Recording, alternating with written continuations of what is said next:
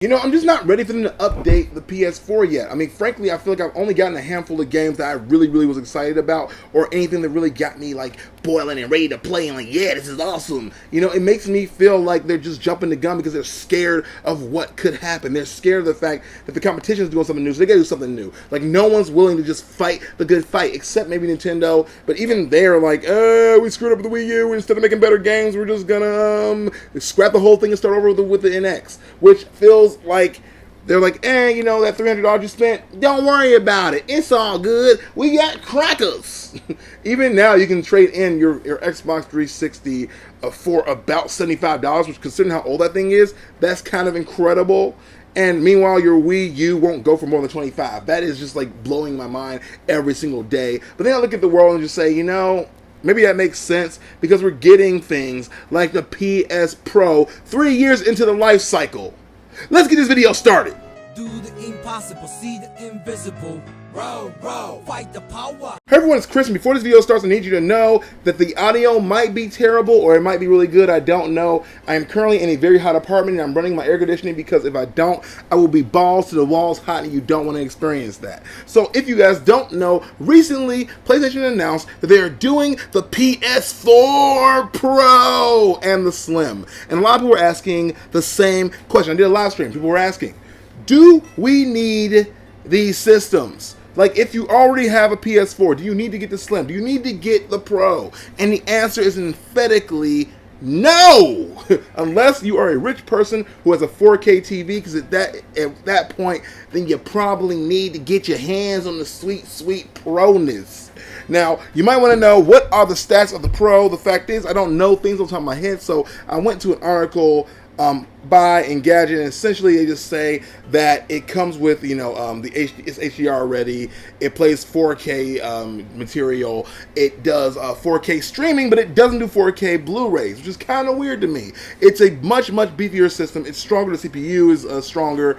It has a larger hard drive, 1 terabyte to be exact, and a few other items that you probably don't care about unless you're a techophile. But the fact is that it plays the same games that your current PS4 does, and it does not do anything particularly different or amazing other than makes it look prettier. So if you care that much, I guess the other thing I can say too is that it gives it more longevity. It'll allow you to have a system that will last much longer because it is A, new, and B, they put more love into the hardware, and your warranty will be brand new. So if you want something that will last you a lot longer, then you're probably better off going with that PS4 Pro, you know? Or if you're like me and you already have a PS4 and you're thinking like, man, you know, I'm looking for an upgrade, maybe I'll look at the Slim. Don't do that, because the Slim is literally the same exact system with a very small minor tweak, with nothing in the guts is so different that you need to do it a complete upgrade or a change at all. I promise you that with full reckless abandon, if you can even do that.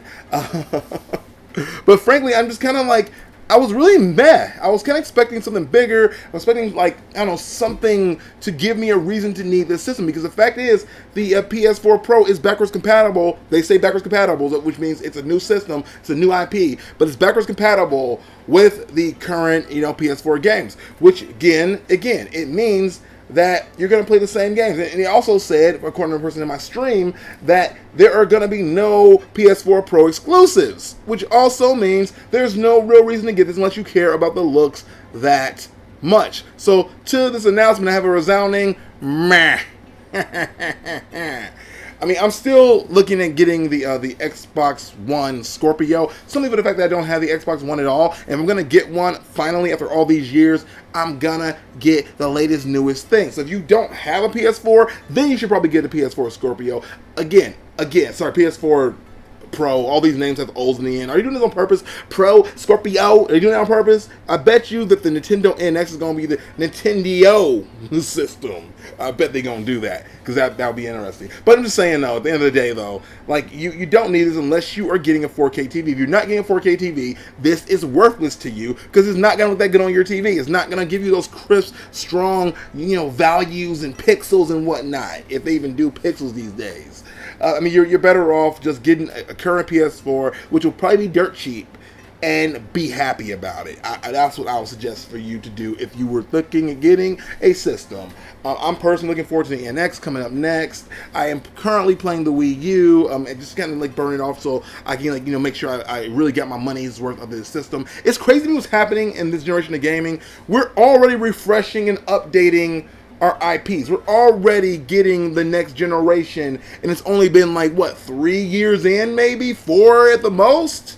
It's usually a 10-year life cycle, and they're already jumping hurdles. What is happening? I mean, I feel like even this generation, we've gotten some good games, but it's nothing that I remember as being as good as the past. Maybe it's just me being a nostalgia junkie, but I remember like the old school days of gaming. You had a really, really, really solid core, awesome set of games that you always remember playing and you loved, and you would never dare think about moving on to anything else. Like, you just kind of weren't waiting for the next generation. You were enjoying what you had, and now we're already moving on. It's crazy, and I bet you that claim of them never doing exclusives is probably wrong. It's probably for the time being. I can almost guarantee you that if a few years pass, let's say 5 years ago, and the PS4 original is then in a 10-year like life cycle, they're gonna give us exclusives to this Pro. I can almost guarantee it. If I'm wrong, come back in the past and let me know that I was wrong. Chris, you were wrong. Yell at me if you have to, but be gentle, please, because I am a fragile soul. But that's all I got. What do you guys feel about, how do you guys feel about this announcement? How do you feel about the PS4 Pro? How do you feel about the Slim? How do you feel about the Scorpio and everything else that's happening right now? And what is your idea about the state of gaming? Are we in anarchy? What are we doing right now? Let me know down below, and I'll be here for more video game type videos and other stuff that I hope you love. If you want to see something really interesting, but also a little bit off the beaten path, go check out my latest video where I discussed my hate and my detests for curtain rods and forks. Yeah, I said it. Go watch it. Later, everybody. If you want to see some video game related, I made an NX video too. That's there too. Bye.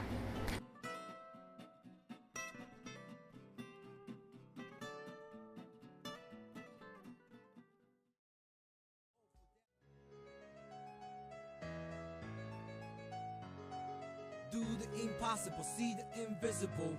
Row, row, fight the power.